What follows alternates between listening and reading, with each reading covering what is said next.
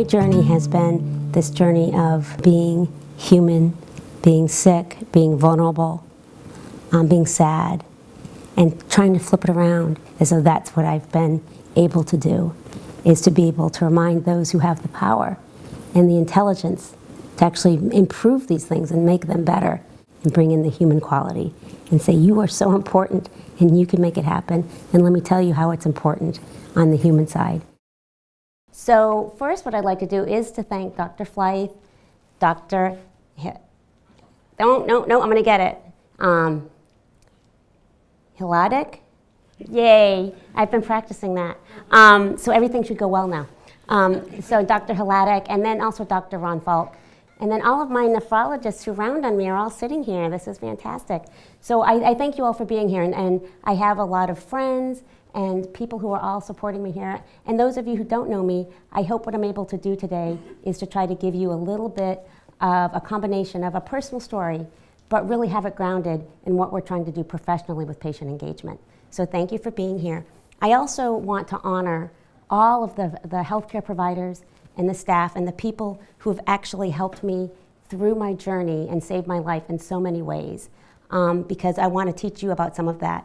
And I want to be really, also want to say that a very dear friend flew all the way from Chicago, and it's Dr. Toby Tate, one of the first people that I worked with in applied health sciences, and she was the dean and I worked as her special assistant, and we did a lot of really cool things, and she's also a very dear friend and came all the way from Chicago, surprising me. Like she was walking down the hallway, I'm like, what? So thank you. Now the pressure's on, Toby. Now I got to do it for you to get here. So one thing I want you to remember as we're talking about this journey is I want you to remember one thing is that we are all better together. And that is kind of the mantra of what we're going to be talking about here today. And I'm just going to give you some examples of that, okay?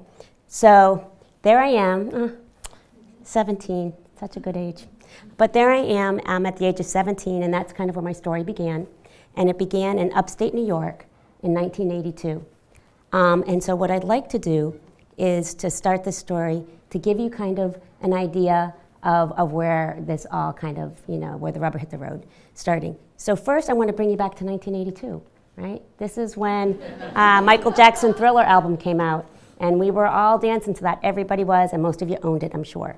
And this was also when Time magazine made the computer the machine of the year, right? You're all looking at your iPads and your cell phones. That started not so long ago, right?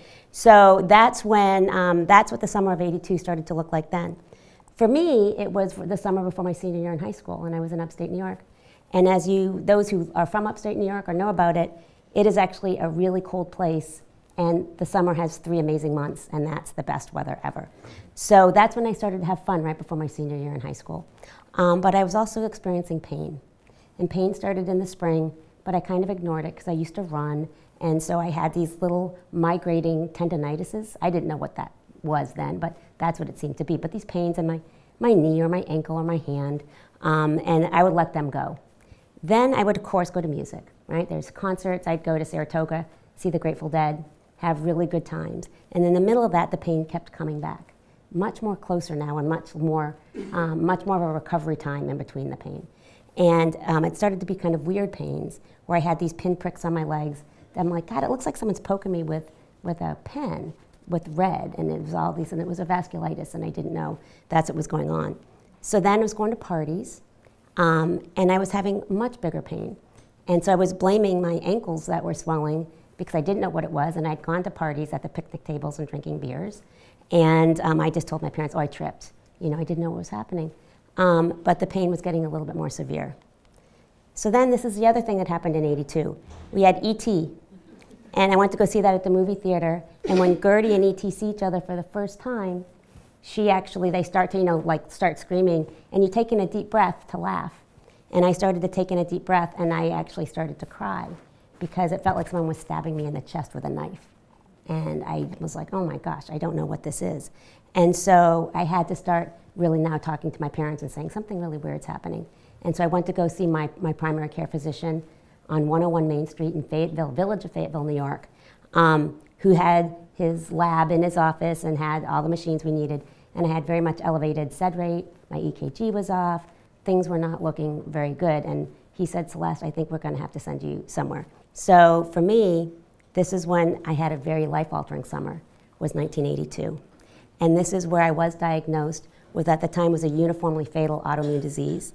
That's called Wegener's granulomatosis, but now we call it GPA, just because Dr. Wegener, who they named it after, wasn't a very nice guy. So it was affected my sinuses, which had started in the spring. Didn't know that's what the swelling of my tissues were and the lack of being able to breathe through my nose were. They were actually accusing me of cocaine use in 9th grade, and I kept telling them I wasn't, and they kept sending my parents out of the room and saying, you are using cocaine and you can tell us. I said, no, I'm not using cocaine. So it affected my lungs and put holes in my lungs. It actually started shutting down my kidneys, where pretty quickly after I was diagnosed, I started dialysis. It also started me to understand and have a relationship with clinical trials. I hadn't known about clinical trials, didn't really know anything about medicine, and that's when I started to learn, because of the disease that I had, they still didn't really have a good protocol for treating the disease. They started to do it with Dr. Fauci at NIH, which was high-dose steroids and high-dose Cytoxan, but this was when they were in their phase 3 clinical trials. I couldn't get into those trials because it was closed, but they were kind enough to let me do the protocol in Syracuse, New York. And so that's when I did high-dose steroids, IV, and high-dose Cytoxan, right? And so this is when I began my journey about what we're also going to be talking about here today, is about how we can partner between patients and with our healthcare providers and staff.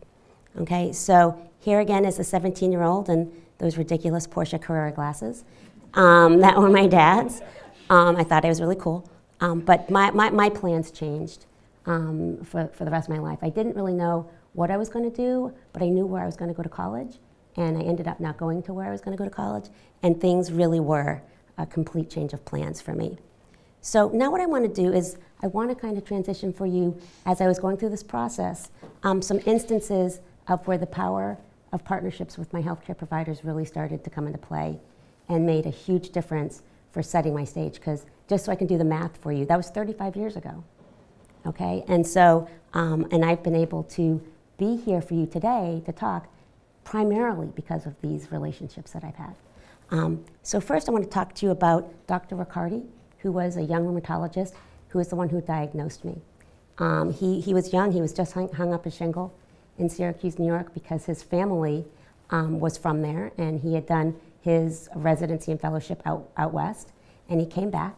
And so he saw me, he's the one I was sent to actually try to figure out whether I had rheumatoid arthritis or what I had. And so when he saw that all the symptoms that I had, he knew what it was. And he said, Celeste, I saw this in my fellowship. It's called Wegener's granulomatosis.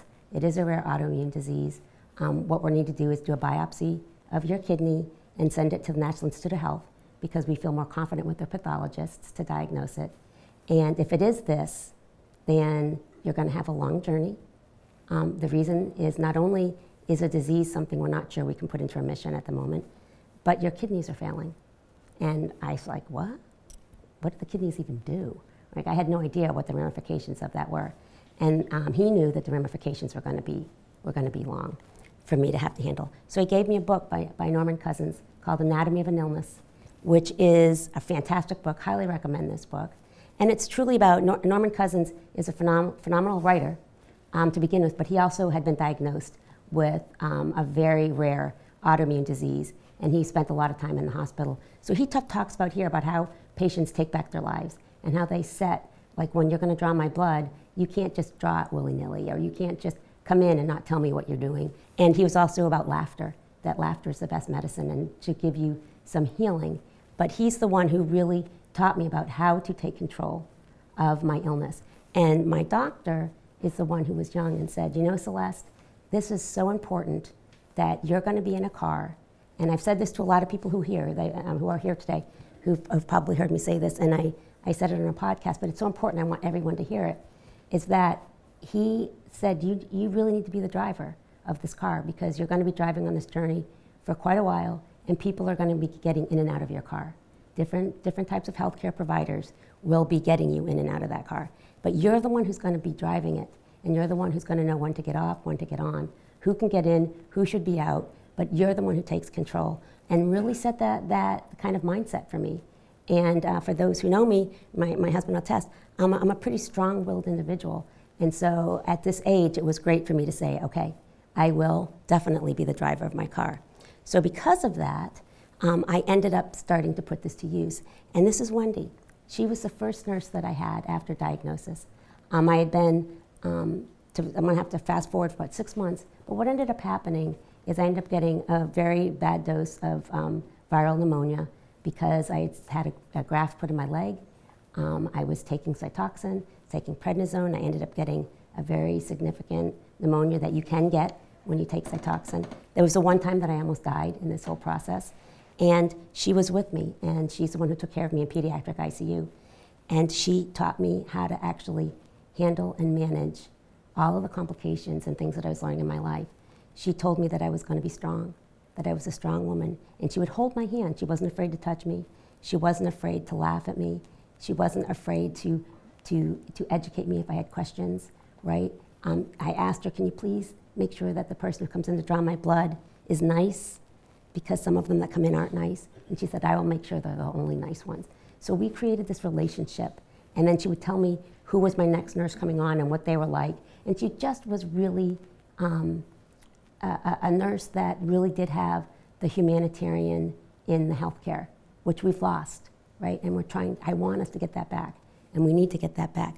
So Wendy was someone, I'll just give you an example, I would get really lonely.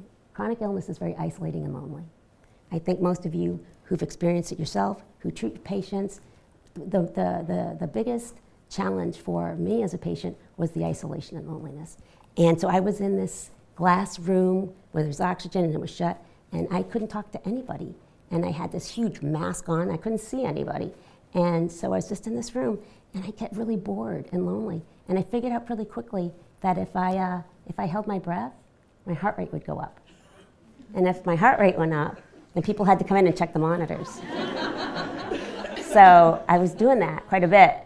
And so Wendy came in and she said, all right, we have to talk. And I said, what's that? She goes, you are manipulating your heart rate. And I said, yeah, I am. And she said, okay, I understand. She goes, well, what I'll do, I'll guarantee you this. I will come in here every hour and we will have a little chat. And I said, okay, that's great.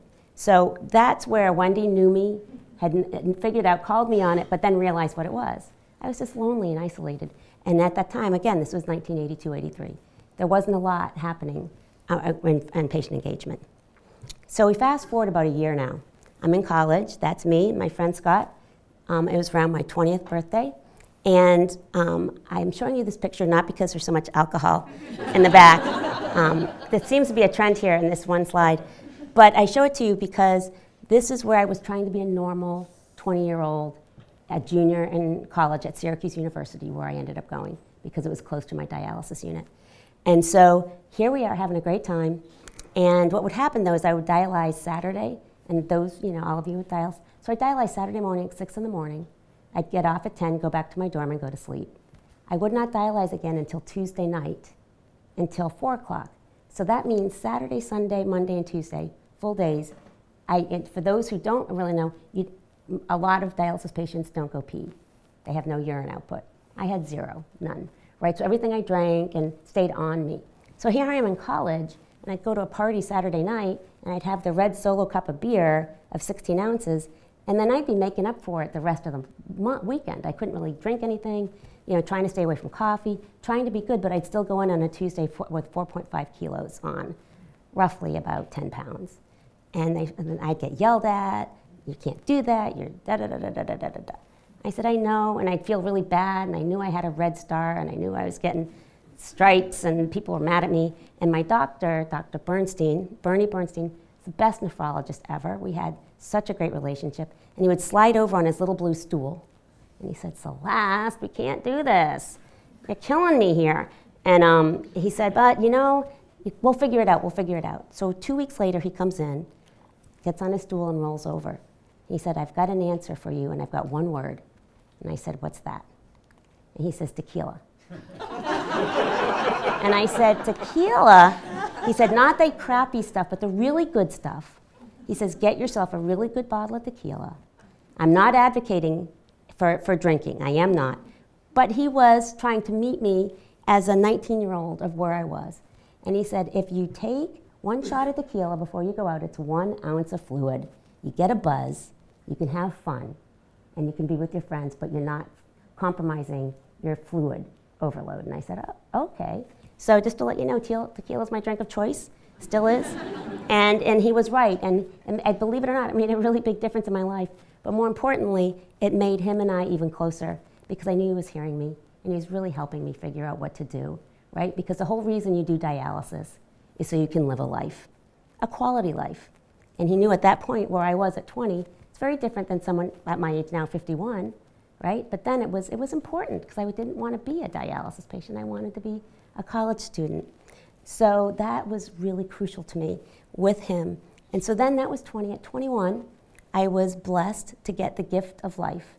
I ended up getting a kidney transplant. At this point, I had moved to New Jersey where my parents were, and I ended up getting a kidney transplant, and I was able to find out my donor. My donor, I won't give you his last name, but his first and middle name were John Stanley. And John Stanley and I had a wonderful run. I got the transplant. I literally was out of the hospital. Back then, it was 10 days, which was really fast. In 1986 is when I received this transplant. It was very fast. And so my kidney started working immediately when they connected it on the table. And my creatinine dropped by the next morning to 1.2. And I felt like I could see better. I felt like, I actually saw residents coming in. I'm like, oh, they're cute. It's like all of a sudden, everything was just open for me.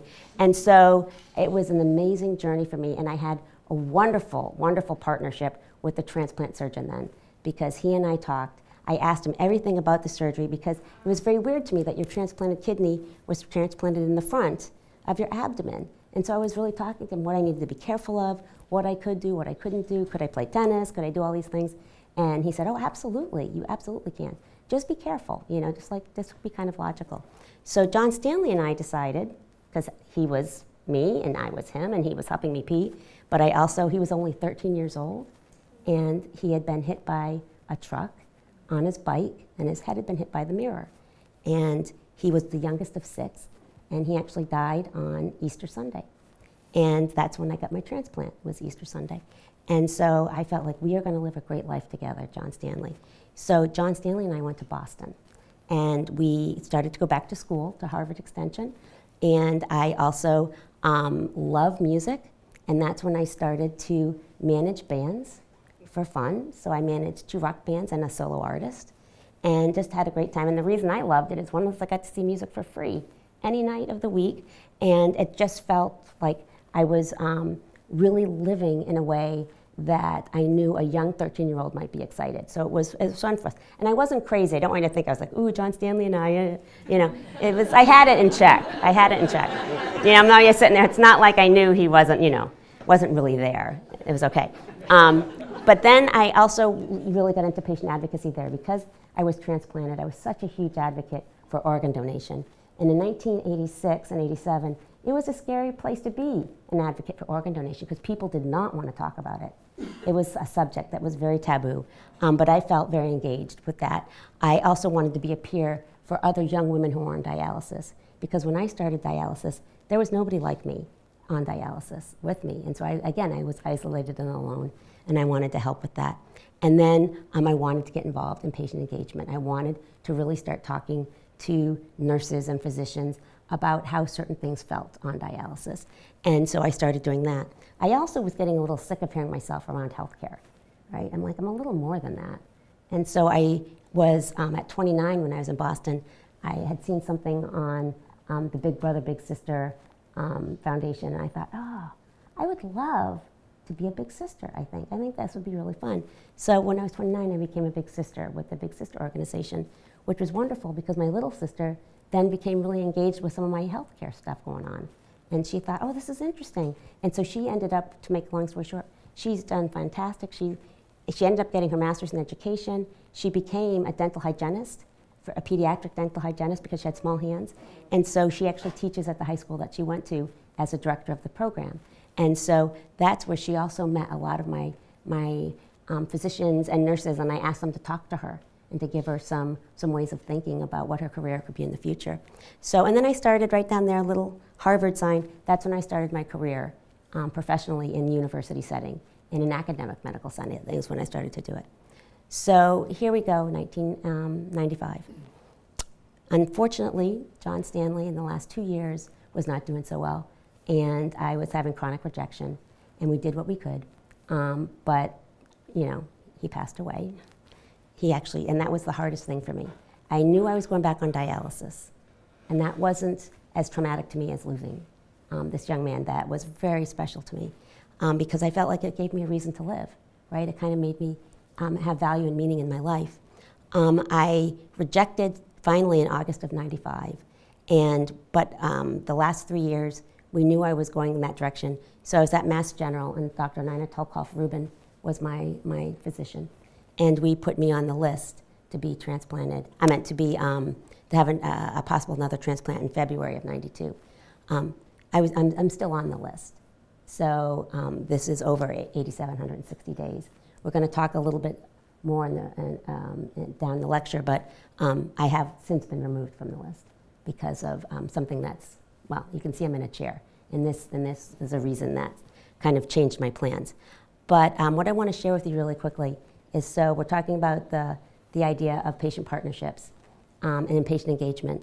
And I just want to share that it also goes in a negative way of how patients can be affected by healthcare providers, and that it was my first time on dialysis since 1986, and I was at Mass General Hospital, inpatient, and I was going down to dialysis to have my first run.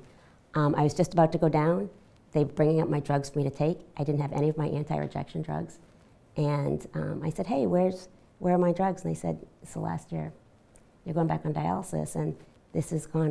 You don't need to take them any longer. You can stop taking your drugs. That was devastating to me, right? I'd been taking those religiously because of keeping my transplant, and that was a real reminder that I was no longer going to have this transplant. And so I'm going down to dialysis, and I get down to the unit, and there's 2 nurses who do not seem to be having a very good day and are very angry with one another and having a very passive-aggressive conversation while they're trying to set up my machine. And I'm sitting here, don't even acknowledge my presence, don't even acknowledge that I'm going back on dialysis for the first time in 10 years, don't even acknowledge that this might be a really sad occasion for me. And so I'm sitting there, they get me hooked up. I had a permacath in, which was the first time we were using the permacath. And it's the first time I ever had a permacath. So I had no idea how this all was working, and they weren't talking to me. They were doing their own thing. And so it was a really hard dialysis run. I was on there for about 3.5 hours. I get done. Again, they're just doing their thing, and I get back up to my room, and I'm crying for a variety of reasons. I'm just kind of breaking down, and my nurse was very upset, and she said, what is wrong? I'm so sorry. You're so sad. And I said, no. And so I explained to her what had happened. So fast forward 2 days later, I went back down to dialysis.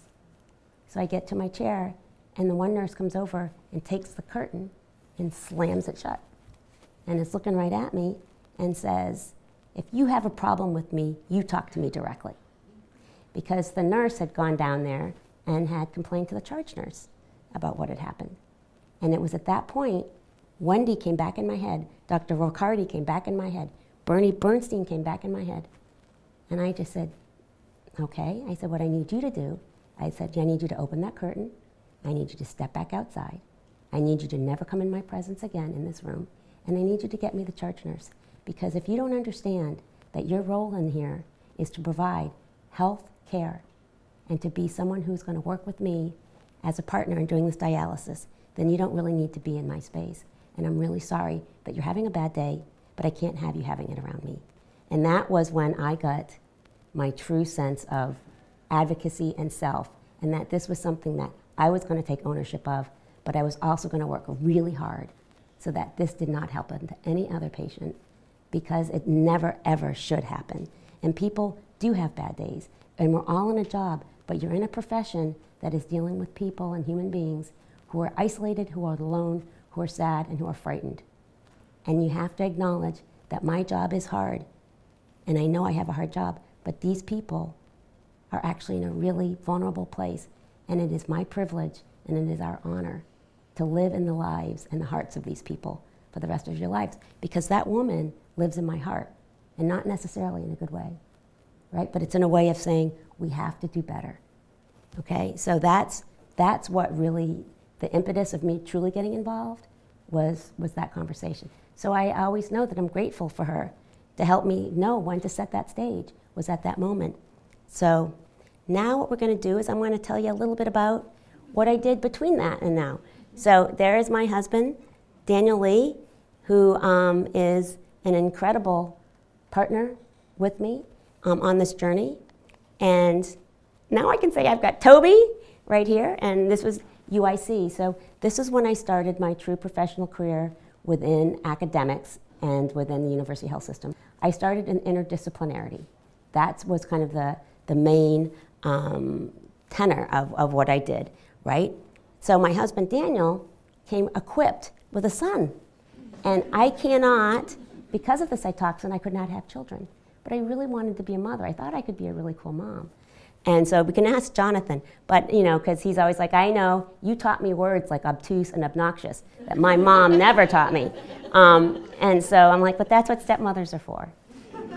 We're your friends. We're telling you that what other people might not have told you. So I came with this family, right? So I had the wonderful opportunity of being a mom, of being a stepmom. So then Daniel and I moved here, and of course he was here at UNC, but I ended up going and working down the street at Duke, and I have another wonderful colleague here, Jason Doty, who's been with me on that journey in interdisciplinarity, and that's what I started working at Duke, is when they wanted to start to create ways to manage interdisciplinary centers and institutes. And I started managing centers and institutes, and that's what I did. And then in 2007, I had the incredible opportunity to take all of the personal advocacy that I was doing nationally with the Kidney Foundation, with the American Society of Kidney Patients, American Society of Nephrology, AAKP, which is Association of American Kidney Patients, all of these different groups to try to strengthen and to improve the lives of people with kidney disease. And at that point, that's when I was able to marry that in my professional career, right, of university administration with the onset of being the chief of staff to the president and CEO of the health system, who was Victor Zhao. And so Victor really wanted to start patient engagement in the health system at Duke, and gave me an incredible opportunity to do that, to actually work with a number of groups of people within our health system who are doing patient safety to try to start a patient advisory council. Then Daniel and I moved to Ann Arbor, Michigan. And in Ann Arbor, Michigan, when I went there, I knew I wanted patient, family-centered care or patient engagement to be 100% of what I did. And when I got there and met with the head of the health system there and a lot of different people, they were ready at that point to say, okay, Celeste, when you come on and help lead in creating a patient family-centered care program in adult services. And that meant through looking at how do we do this, how do we engage patients, most importantly, how do we create a patient-centered system as opposed to a system-centric or a provider-centric system. How do we do that? And if we want to have that org structure of patient centricity, how do we do that? And the way you do that is by engaging patients, right? Having them be a part and stakeholders in the work that you do and how you design these systems. But you can't do that if you don't have patients who are engaged in their own health, if they don't understand how to actually be engaged in their own illness and how to care for themselves. Because once they're able to do that, then that means they're engaged and they're ready to help you change your system, right? To have you help others, patients, understand how to understand their illness and care. But more importantly, how do you design a clinic? How do you design inpatient practices? How do you design education models of teaching those who want to provide good care going forward? And how do we engage patients in helping intraprofessional education, right? And then how do you get them involved in research? And I'm not saying as participants in research. I'm saying as those who can actually help you design and develop questions and the right questions to start asking, right? So that's what I had done for the last 5 years. So this is just what I just wanted to show you this really quickly. So when we're partnering with patients and families, what we're really talking about here is we're helping patients, as I said, understand their illness and their care through these partnerships, right? And then how to have a patient understand and care for themselves and self-management. And also choosing to live the best life possible. And what I'm talking about here is quality over quantity, right? That's where the health system has been lagging. We are really, really good as a nation of providing great chronic, critical, and terminal care. That's what we do really well. We can keep your heart beating, but can we keep you living a quality life? Can we have a conversation between all of us to say, you know what, I don't necessarily think that I want to do this treatment?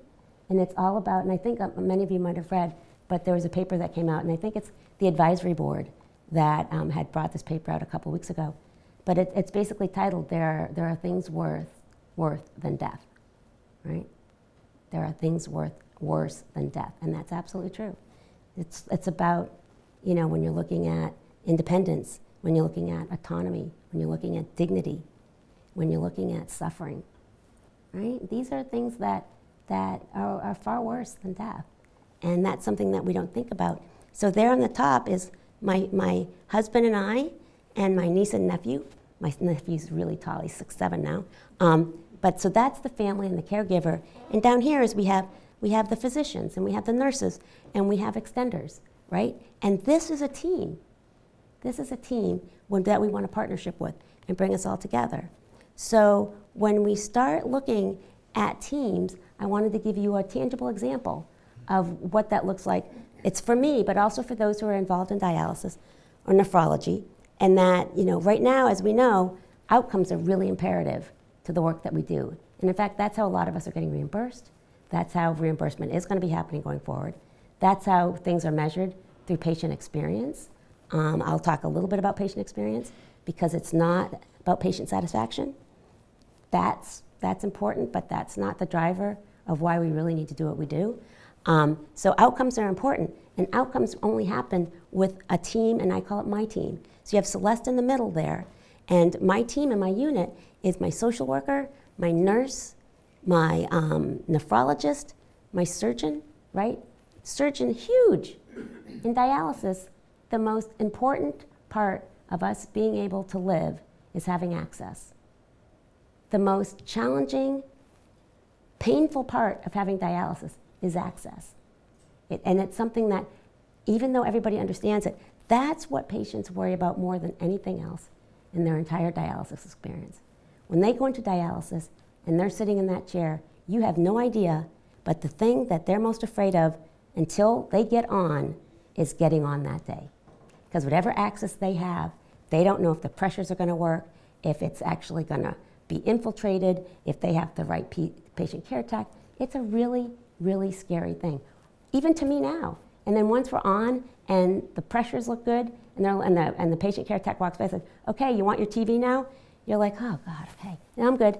And then you relax and you can go to sleep. I don't think you all know that. Every single dialysis patient experiences that. That's just an FYI. Surgeons are really crucial. To the left, that's why these other experiences and partnerships are crucial to us. The relationship between the nephrologist and the surgeon. It's really important to us that you guys get along and know one another, right? And so there are all these other relationships that are important. And then we start talking about primary care. A patient with their primary care, if they have a chronic illness, a lot of them don't have their specialist as their primary care. So the relationship between a primary care physician and the specialist, who really has a lot of power over that patient's comfort and symptoms and pain, need to make sure they have a really good relationship. When I talk about this in the dialysis community, I would really prefer to have nephrologists take back over the primary care role for patients. I think that would be really crucial, right? So this is how we all focus as a team. And right there in the orange bubble, I have a little bit of a special place in my heart for, and these are what are called patient care techs. Patient care techs, just so those of you who don't know, are the people who actually run the dialysis treatment for us. They're the ones who put the patient on, they stick the needles in, they hook them up with Permacaz, they set up the machine, they set up the dialyzers, they make sure everything is right in the computer. But more importantly, they walk me into the dialysis unit, they give me a hug, they take my weight, they give my husband a high five, they smile, they sit me down in the chair. They are so human and have so much humanity in what we do every day that we're there, that they are just an unbelievable team member for me. And that's why I want to focus and give you one story on how that works. So this is Rico. And Rico, this is my team that was at University of Michigan at South Industrial. And Rico was my nurse. Rico was the type of guy who was such a partner and friend to you, but he moved fast and he was just like flying all the time. And so I decided that I wanted to put in my fistula, which is right here, this is where I get access to dialysis. And they put in 2 needles that are pretty big. They're 15 gauge needles, which is pretty big. I always try to say it's almost like a little screwdriver, you know, and that's what it is. And so those go in. I have never put my needles in. I hadn't put my needles in. This was 2011. Just couldn't do it. I don't know what it was. It's weird. I just couldn't do it. So we decided to do buttonholes, which means you basically go in the same place, and so that each time, it's almost like a pierced earring. You end up creating a pierced earring in your arm. So I did that, and then Rico said, he started to put the needle in. He said, Celeste, you can do it. Why don't you put it in? I said, no. But here, he's starting to do it, and I'm like, go to the left, go to the right. No, not there. Pull back a little bit. He's like, oh my God, you do it. I said, I can't, Rico. So he said, okay, here, hold it. So I held it, and he walked away from me. I said, where are you going? And he said, you can do it. I said, no, Rico, I can't. You don't understand. I just can't. He said, yes, you can. And he walked all the way across the room and just sat there with his hands on his hips looking at me like that. He says, you can do it. And I was like, oh my God. So I kind of shut my eyes a little bit because I could feel it. I absolutely could. And I could feel the track. So I shut my eyes and then it just slid right in. And I looked and I had this flashback. And I was like, oh my God. I just did it. I just stuck it in. And I was like, oh my God. And there's, my next door neighbors, did you see it? I just stuck it in. Did you see? I did it. And I'm there, and I started to cry, and I could actually start to cry now again. And because I'd been doing this for a really long time. I've been doing this for 31 years. And I had, the biggest apprehension was I did a lot of traveling, was going to a unit and having other people stick it. And now I had control. I actually was able to take care of my own fistula. And I was going to stick myself wherever I went. And it opened up a new world to me. And it actually was, oh my God, you can teach old dogs new tricks. And I just thought, and he changed my life, right? He was able to know who I was, what I was able to do, knew for some reason I had this reason I couldn't do it, but knew I could do it. So he just said, you can do it. And when he came back, he's like, are you mad at me? And I said, no. He said, you changed my life. What can I say? You were right, I was wrong. And so that's why never give up on people, never give up on patients. Sometimes they're harder to reach. You get to know them, you know that they're capable of doing something and they're afraid. And I want to give you one sentence. Some people ask me questions. Well, how can I start to get better, partnership with my patient? They're not necessarily like you. They're from a different class or they've got different things going on. I said, the one thing you can always ask a patient, always, and you're going to get more of an answer than you thought, is saying, how can I help you? But more importantly, what are you most afraid of? What are you afraid of right now that's going to happen? And that's when they're going to tell you, and that's when you're going to know where you need to kind of meet them, right? Because that's where patients, it may be a totally different, I'm afraid I'm going to lose my hair. I'm afraid that the graft is going to be so big it's going to be ugly. I'm afraid that my husband's going to hate me because I'm going to be giving him more of a burden. It gives you an introduction into where they are in their mindset, and that's really important, right? So I want to start going forward with the team. So that's where Rico and I became a team, and he and I actually started saying, you know what, Rico, together we might be able to talk with other patients here who might be afraid of doing this themselves, and together we might be able to help them put their own needles in. Because it really does help a lot if they learn their own fistula or their graft, and they know how to access it. And so that's what he and I did, but we did it through this program, which at the Kidney Foundation, they have an incredible peer program. And I've been a part of that for a very long time. I've been involved with the Kidney Foundation since 1983 in upstate central New York. So this is where we were involved, and we started doing some work together, just to talk to other patients who were there, right? So he and I became our own little team to think about this and to partner and to expand. So I wanted to share this with you also. So when you're talking about peers and you're talking about trying to get patients engaged, and you're going to ask me, how do I get them engaged? It is all about what it's called the self-management. And how do we get patients to be able to do what I show here doing, which is the self-efficacy, increased physical activity, better general health, better communication, improved symptom management, right? These are the benefits. This is the outcomes of self-management, right? And of trying to do symptom management. And so what I'm trying to show here is that this is what I've been a benefit from. My doctors, right, have benefited from us learning together how to do this, and then how to teach other patients to do this. And just to give you an example, our transplant center at Michigan, we actually didn't start the program, but brought on a program that was started at Stanford that was all about how to get patients to self-manage. And it's a program that is led by patients and taught by patients to other patients to really start to understand about self-management. And you bring it in, and what happens is in the transplant center, they have 2 patients who've received transplants, and they invite every patient who's just been listed on the kidney transplant list to participate in this self-management course. It's an 8-week course, and they come in, and it's run by other peers and patients to try to have them improve have little goals. If I want to walk to the mailbox to get my mail, I will do that. And then maybe I want to walk around the block. And then maybe I'll be able to walk around the block twice. And the whole goal was to keep these patients who are waiting for transplants healthy, to get them more engaged in self-management. Because when you're waiting for an organ, especially transplants on kidneys, because you're on dialysis, so you tend to be okay. But what you don't want to do is have people start to get disappointed and start to lose faith and then not take care of themselves as well. Because then what happens is then they get put on hold, right? They start doing some activities that aren't so well and wouldn't treat them well as far as being able to stay on the list. So this is the way the transplant center said, you know what? This will help us keep our patients healthy, and it'll help our patients. And it's a way of partnering and getting them self-engaged, right? So that's really important for them to have better self-management. So we talk about the symptom cycle. This is what we use in that program, right? You look at all the different type of symptoms that we have. So I show this to you now because I'm kind of taking, and we'll go a little bit forward here, I'm kind of on a new journey than I have been on. So this is the land that my husband and I own in Blowing Rock, North Carolina. One of the reasons we came back, I think.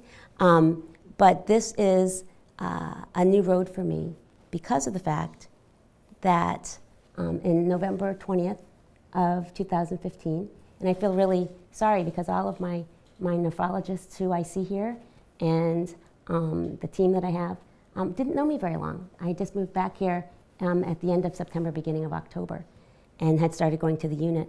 And unfortunately in November, I took a really bad fall. I was making my bed. I tripped over a throw pillow, did a very dramatic Lucille Ball slow motion fall.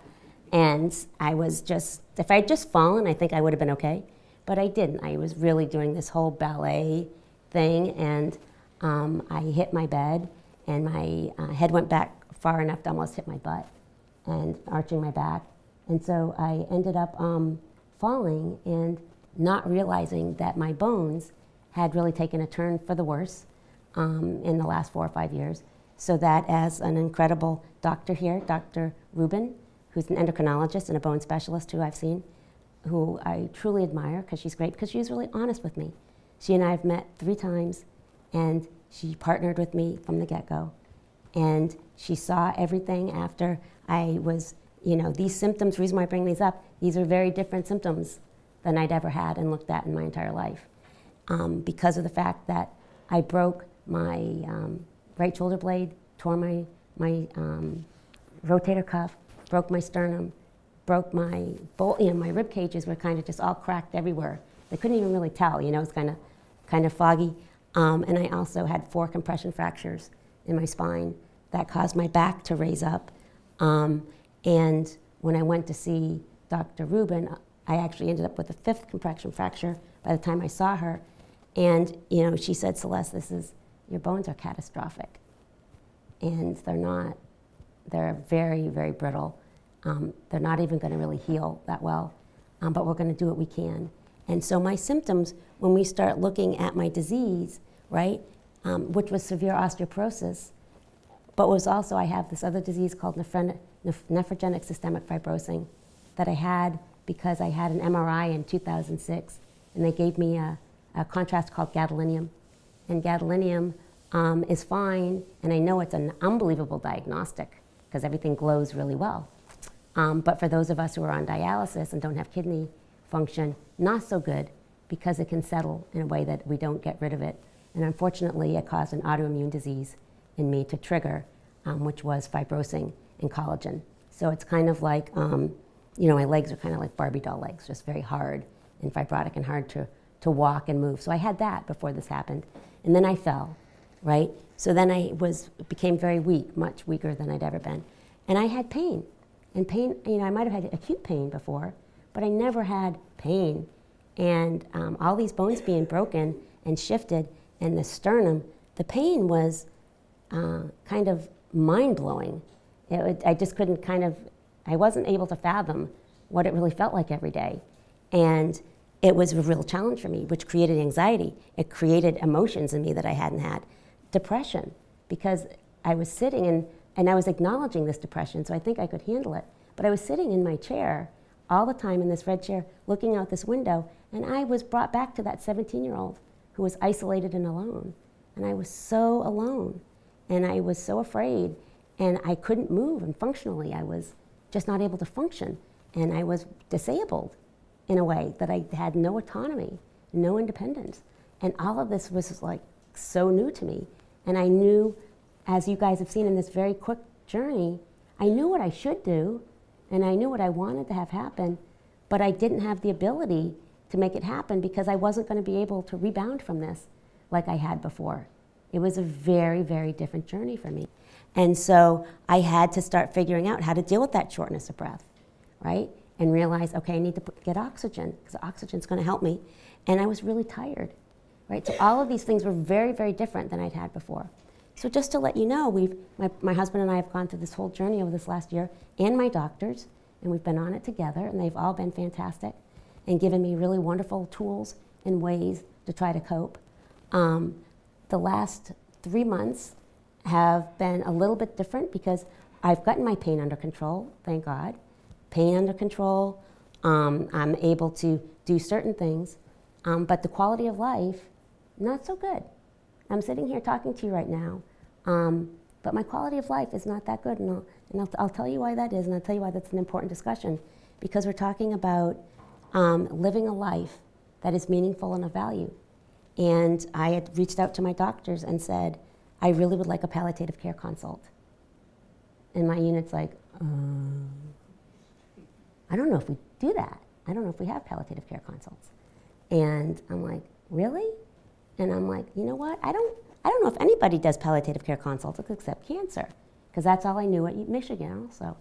So my doctor, Dr. Flight, said, okay, well, we're going to make that happen. Don't know how, we'll make it happen. And so many of you may know Dr. Laura Hagen, who is a palliative care here at UNC and the Cancer Center. We made it happen. We actually, it felt like we were doing something really underhanded. Like we were in a room together talking about palliative care under a fellow's name in ambulatory care. It was like, it was one of those things where it's like, really? This is what we have to do, but that's what we had to do. And so I share this with you now because with palliative care, we've been working on it. And I've been focusing 100% on the pain management, my symptoms, and how to manage these, and how to talk about my quality of life. And as the months have gone on, particularly the last 3 months, things are going not in the direction I want them to go. I'm losing a lot of weight, which of course that 17-year-old would have been thrilled. But I'm losing a lot of weight that I can't really keep on. I keep trying. I'm doing everything I can. I'm eating like a 9-year-old. I'm no longer eating like a dialysis patient. It's very exciting to have ice cream. It's very exciting to have milk. It's very exciting for me to have oranges. I mean, I'm having all these things that I think would help me, protein and everything. But I keep going down. I keep going down. Last week I was 112. Now I'm 108. And it just keeps going down, and I'm doing the best I can. But that's going on. Gravity's not my friend. So as I stand and walk with my walker and in this, my bones keep collapsing. I keep going forward and forward so that my entire organ system is getting squished because I can feel it, right? And then I don't pee, but I have the urgency to pee a lot, right, because of my bladder. I can't eat that well. Again, that's one of the reasons I might be good then, because everything's being squished, right? Everything's being compromised. And so all I can tell you is when I stand and I'm not in this sitting position, or I'm not sitting in my red chair, I am carrying around a 200-pound man on my back with his hands around my throat and his elbows digging into my chest. And that's what I feel like every single time I stand and I'm walking and trying to function in life. And it's really hard and it's really tiring. And the work that I do, I'm on long-term disability. I did a lot of stuff nationally, the Kidney Health Initiative. It's a public-private partnership for kidney patients. Everything I can do, I'm on a lot of different projects, and I've recently had to resign from them. The reason being, and the last straw, was I'm on an executive advisory council for a very large grant nationally, really important, and I'm on the engagement side of it, right, on patient engagement. And there's a leader of that, and then I actually am to oversee that program and to let them know where I think there's gaps. And we're on a long conference call, and you know how those go for like 4 hours. And so I had my headset on, and I fell asleep. And I was sitting in my chair, and I fell asleep. And I heard, so now Celeste is going to start us off on the engagement section and get us going on what we need to do to improve the engagement piece after the doctor had just given the overview of it. So I'm like, and I heard my name, and I'm like, where am I? I'm like, holy crap, thank God I had prepared, like I wrote down questions. And so I was able to snap up to it and do it, and things were fine. But when I got off that call, I thought, these people deserve somebody who's not falling asleep. They deserve somebody who's present. And there's so many people now, because patient engagement and patient partnership is so important, there are so many people who are really leading this charge and who are really taking an active role, I'm talking patients, to make this happen. And I've trained a lot of them. At Michigan, I had 750 that we got them brought on.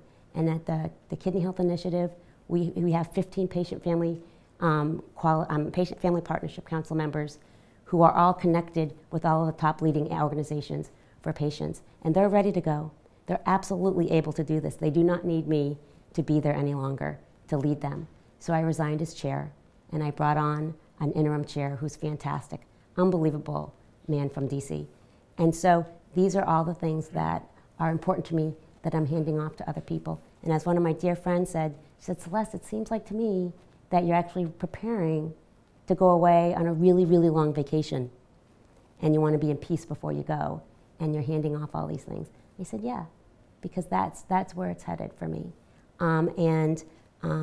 I share that because I'm in complete partnership with my physicians, with Laura Hagen, with my husband, who's an incredible, incredible caregiver and partner who did not really have to do as much as he's had to do over the last year, which is give me a shower. I shower with him. I give him a hard time. He's bald. He doesn't know how to shampoo people's hair. And so when he started giving me a shower, I was being petted. I'm like, no, you got to use your fingertips. But my husband showers me, right? He's 55, I'm 51. We did not think this would happen until 40 years from now, right? But it's, he's getting me dressed because it's very difficult for me to dress myself. I have a really hard time when it comes getting myself into the car. I can't drive, right? And so I'm sitting in this red chair. And when I'm sitting in the red chair, I'm okay.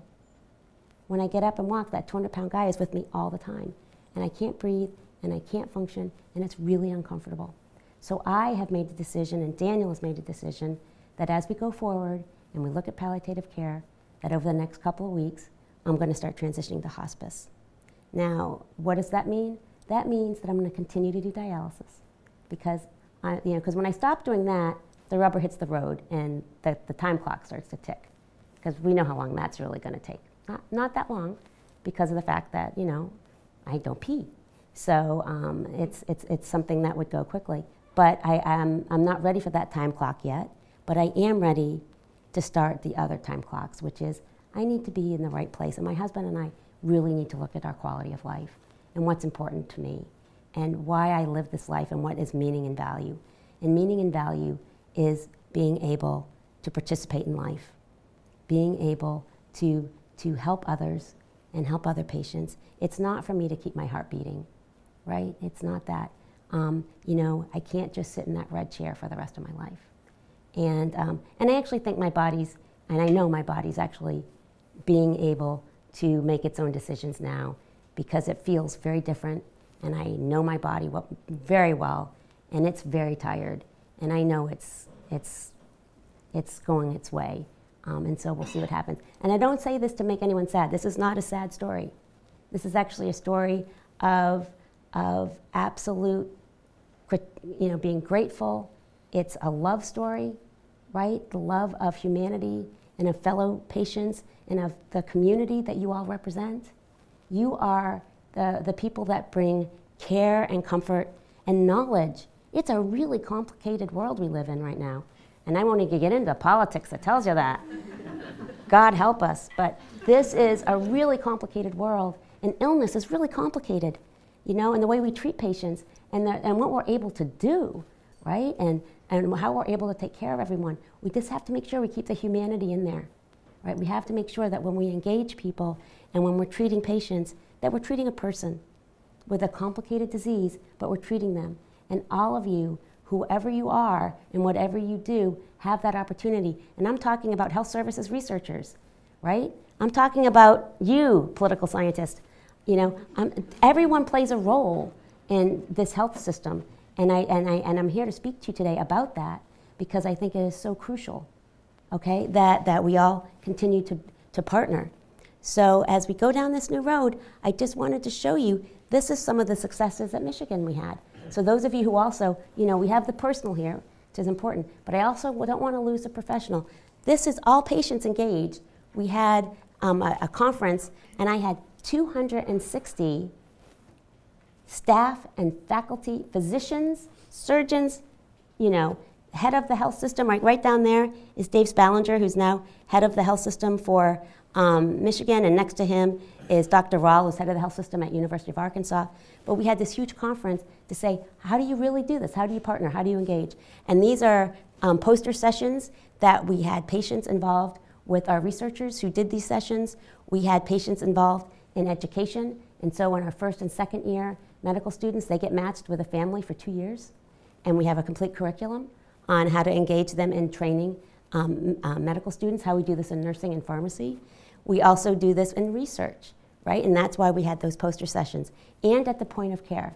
So it can be done, and this is just in ways that we can do it. And I have lots of information that I will make sure that people within this organization get. Dr. Ron Falk, who's not here today, and he's with us in spirit, but he's getting an award himself at NIH. But the poor guy doesn't know what he's gotten himself into, as far as, because I got to hand off my stuff. If I'm going to go anywhere anytime in the next 6 months, he's going to get my stuff. So we're going to hand that off. So throughout my journey, I've had nurses hold my hand, be my friend, be strong and a little bit mad at me sometimes, but be there for me as a human being to another human being. I've had physicians sit with me and talk to me about what's next. And this was Dr. Rubin telling me and showing me what my bones look like, what the challenges were, and where it was going to be going, right? She wasn't going to sweeten the pot for me in any way. She said, Celeste, I just don't want you to get up and your femur's going to break.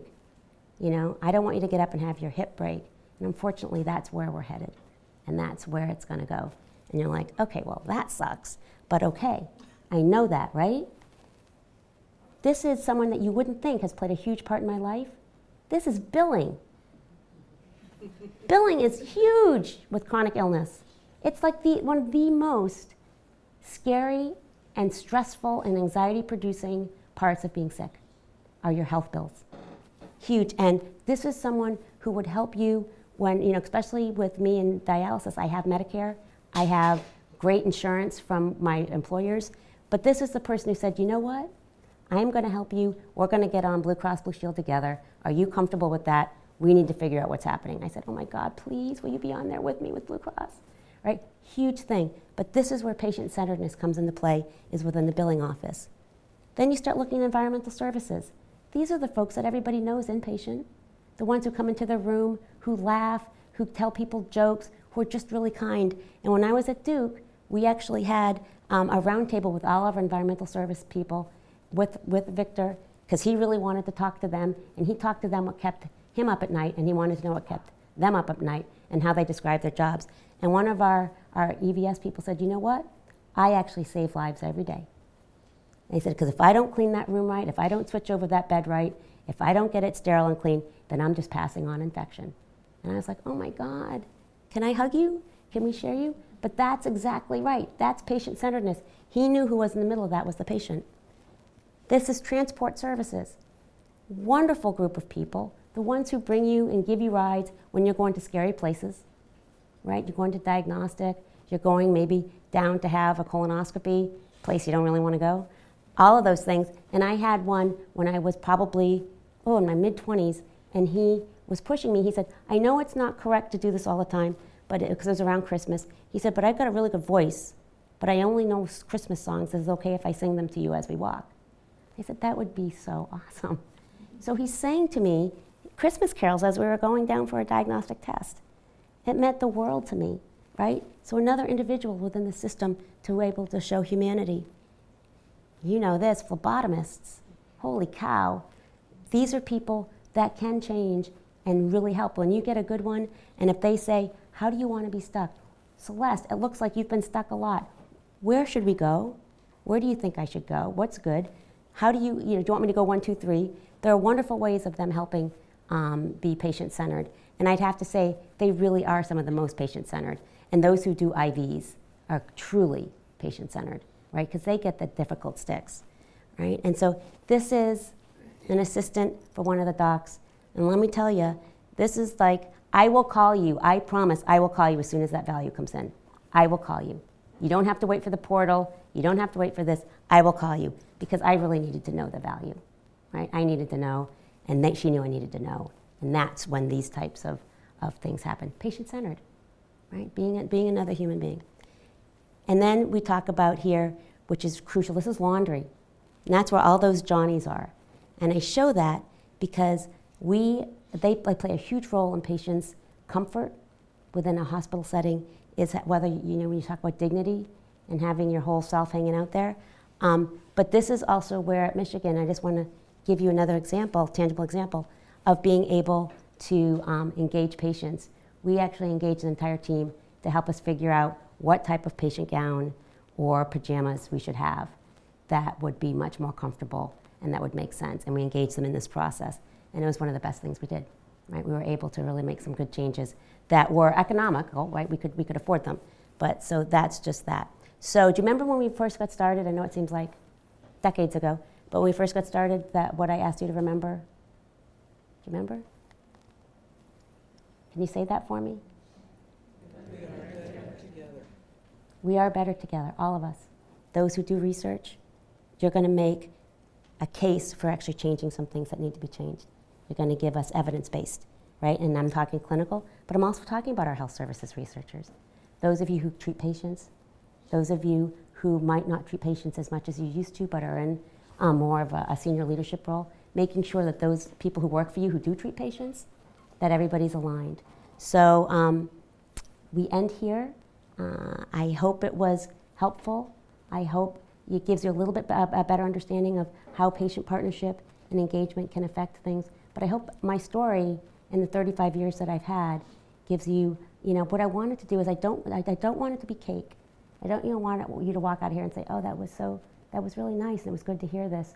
But have it be like, no calories, no sustenance, and that 2 days from now you might have forgotten it. I really hope that it's much more sustainable than that, because I hope you can incorporate it in what you do every day, whatever that may be within this organization, that you really realize that you make a difference. Those who are doing financial research within the health system, huge, big impact on all of us, right? And all of you are patients, and all of you are caregivers, right? You all have a story too. So let's try to, as those of us together, when we're better together, that means throughout all that we do, that we just keep in mind of ourselves and of the humanity that we can bring. So thank you very much for giving me the time and for listening to me. It's so special, and I feel really honored to be here. So thank you.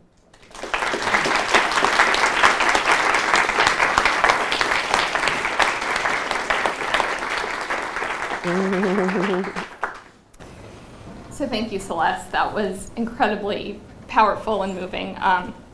It's been my privilege to know you now for a couple of years. I actually am one of the few people that knew you before you moved to Chapel That's Hill. right. Somehow we landed in the same spot here, and then I wound up being your doctor, and I think it's probably been one of the most extraordinary privileges of my lifetime. But one of the things that I've learned from you is how much the physician or the provider matters. I think a lot of physicians always say, well, why aren't my patients engaged? What can I do? And what I've heard from you over the years is that it really is, the provider has such an impact. And even in the story you just told us, it was providers that planted these seeds and providers that allowed you to drive your own car. Mm-hmm. So when I'm thinking about that, interacting with you and thinking about carrying your legacy forward, that's the thing that I've taken from you. And I hope that everyone in the audience really heard and took to heart. I think providers really can have a strong role in this patient engagement. So, so thank you for showing me that.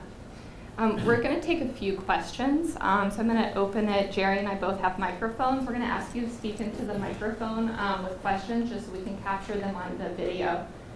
Jerry, do you want to start? You have a question for Celeste? Sure. Thank you, Celeste.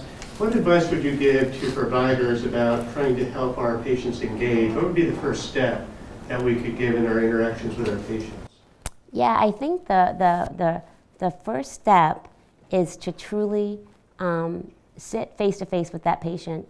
Now, I know there are challenges, and I know there are barriers. I know that we have time constraints. I know that we have Epic, right? So we have the portals that you have to type into it. And so what were you saying? All of these things. But I think especially the very first visit, the very first interaction, is to truly look at them, say their name. If you can remember or look of where they came from, like I know you had a long drive here from, Lumberton, and I'm so happy you're here. And so tell me a little bit. I know a little bit about why you're here and what we're talking about, but in your words, I'd love to hear it. Tell me why you're here today. What are you hoping to visit with me today, so that when you walk out of this room, I'll know and you'll know that you had a good visit. What is it that you hoped you learned, right? Because then you get an understanding of their expectation, of what they're really thinking about, and their understanding of why they're there. They may say, oh, I got sent here because of X, Y, Z. And that's when you need to start to understand where that patient is on, and I'm not going to talk about health literacy, because health literacy, you can have someone who's got a PhD and has very low health literacy. And you have somebody who graduated from middle school and has very high health literacy. That's kind of like, you have to get to know them very well. But it's truly about just trying to see where they are at that moment and try to interact with them. And so, yeah, it's slowly but surely building that relationship and trying to, I'm a huge proponent of really thinking of ways of integrating Epic and the physician relationship. I'm kind of interested in scribes and really letting and introducing the patient to a scribe who's going to be there and capture information and say that they're absolutely people who are going to keep confidentiality, who are not going to say anything, introduce them so that they understand why that's the person there. But that allows the physician a little bit of more time to be face-to-face with the patient. But it is getting to know who they are and trying to reach them where they are. Like Dr. Bernstein, if you can remember the tequila, right? You're not going to obviously offer that to everybody, but maybe once you knew this 20-year-old, after a while, you would. Oh, yeah. Other questions? Thank you for that wonderful story. I apologize. I've taken care of you as one of your rounding providers for all these months, and I don't know any of this. But I wanted to ask you about something that you mentioned. Many of the stories that you told of providers were people that we think are, for lack of a better word, lower level providers, right? Mm-hmm. And they made the most impact in your life. Mm-hmm. Now, hospitals and dialysis companies, they are the ones who employ these individuals, and they're always looking to cut corners. Mm-hmm. What advice do you have for us to engage these sorts of companies to make sure that they have enough of these individuals and they hire the right individuals? Yeah, so that's a really perfect and spot-on question. Just because I've had these conversations recently with CMS, right, with the ESRD group, the payer, right, to pay this.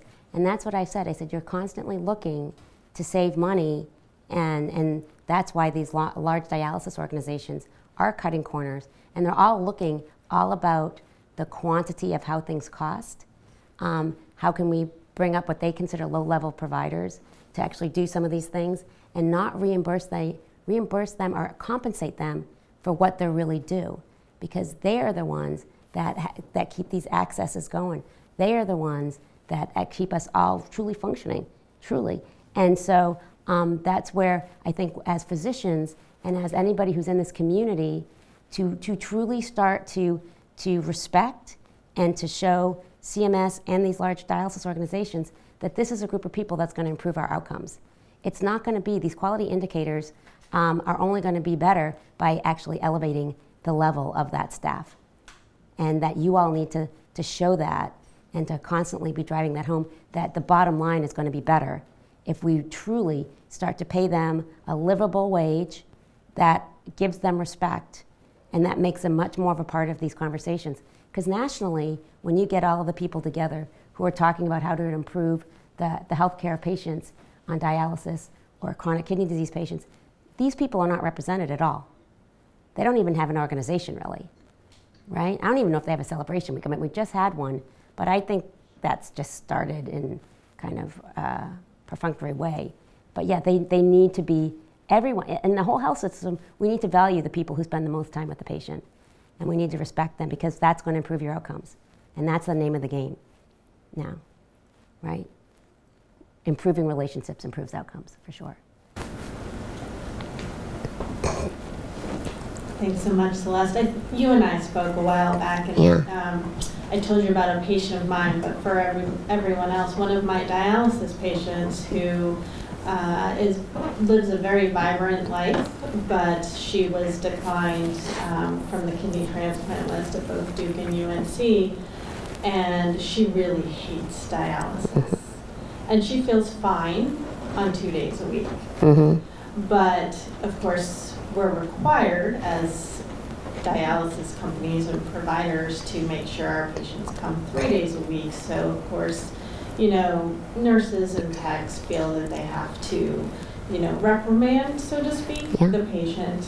And so she does not have any autonomy. So my question to you is, what are some things we can do to move our system of, you know, supposed outcomes more towards something that's patient-centered? Mm-hmm. And do you see, realistically speaking, that we're going to be able to make headway in this, and how so? Yeah, that's a really good question.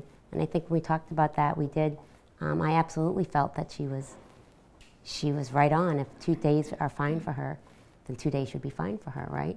Because what happens is that's when we start looking at outcomes, and we're looking at what I think are these, especially within dialysis, these difficult outcomes because patients are so different. That's a really good question. And I think that for, you know, UNC, and because it's really about, right, it's really about CMS, right? So this is all about being paid and reimbursed and not being penalized for doing the right thing for a patient. I can tell you, and I know for sure, I can't tell you, well, okay, how do I say this? You know, it's those type of things that you kind of know, but nobody else knows, and it's kind of confidential, but you kind of want to share it.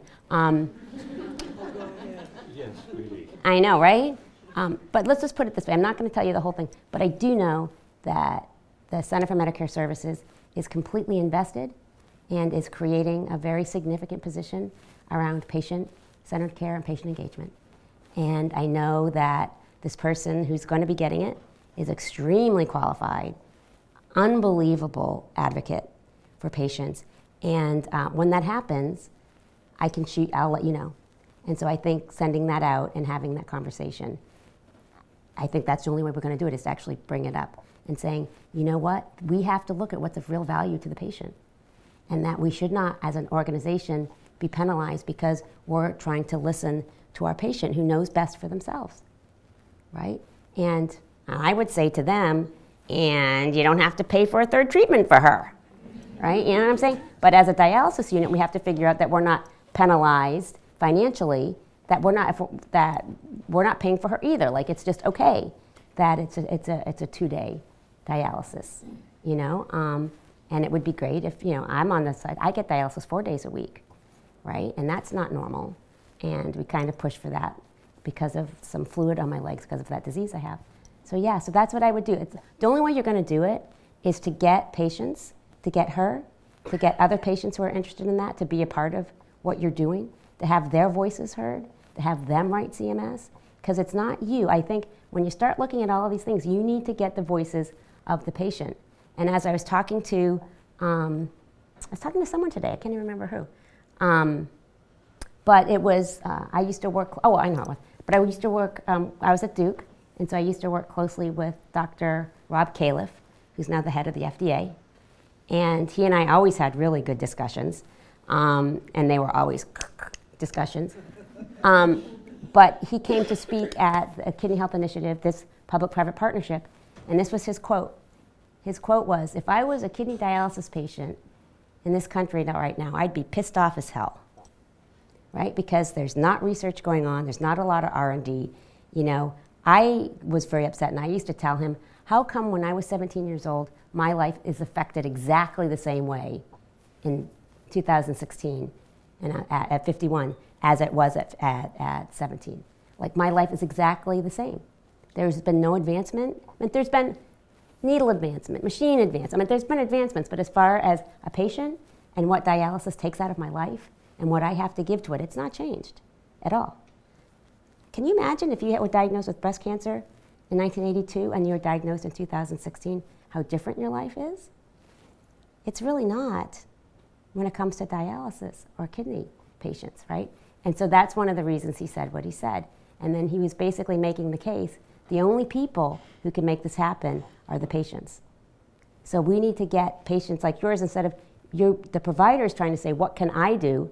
What you need to say is, how can I get patients engaged with me to make this happen? You don't need to do it, right? You need to get patients to do it. And that's the only way we can make that happen. Truly. Yeah. So thank you again, Celeste. I think we're going to close the lecture now. Thank you, everyone, for coming and staying to the end. It's just been a privilege, and thank you again. Thank you.